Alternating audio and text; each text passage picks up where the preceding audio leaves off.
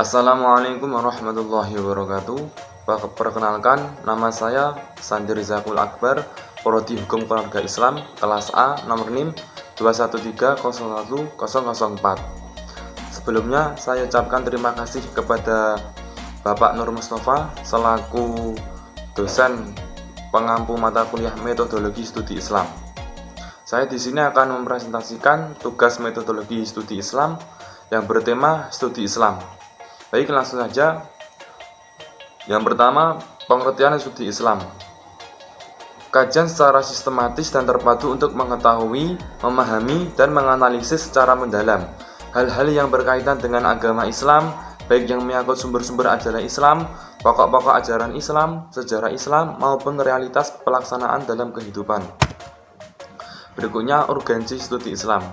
Urgensi studi Islam pada umumnya merupakan dasar dari pengetahuan dalam memecahkan suatu masalah, untuk menemukan pengetahuan baru, mengembangkan pengetahuan, dan menguji kebenaran suatu metode penelitian. Jadi, metodologi studi Islam merupakan solusi agar Islam tidak mudah disalahpahami oleh non-Muslim. Urgensi studi Islam dapat dipahami dan diuraikan menjadi dua. Yang pertama, umat Islam saat ini pada kondisi yang problematis. Maksudnya adalah dari permasalahan di atas melalui pendekatan yang rasional dan objektif, studi Islam diharap mampu memberikan alternatif pemecah masalah. Yang kedua, urgensi metodologi studi Islam agar umat Islam mampu mengikuti perkembangan iptek. Selanjutnya, signifikasi studi Islam. Secara umum, signifikasi diartikan proses pemahaman yang menggunakan tanda-tanda yang dapat dan mudah dilihat. Dalam hal ini, kita bisa melakukannya dengan cara pendekatan normatif dan historis. Tujuan studi Islam ada 4. Yang pertama, untuk mempelajari lebih mendalam tentang agama Islam. Yang kedua, mempelajari mendalam pokok-pokok isi ajaran Islam. Dan yang ketiga, mempelajari mendalam sumber dasar ajaran Islam. Dan yang keempat, mempelajari mendalam prinsip-prinsip dan nilai-nilai dasar agama Islam. Kemudian, aspek sasaran studi Islam. Aspek yang pertama, sasaran keagamaan. Kerangka ajaran yang terdapat dalam Al-Quran dan Hadis tetap dijadikan sandaran agar kajian keislaman tidak keluar dan tercabul dari teks dan konteks.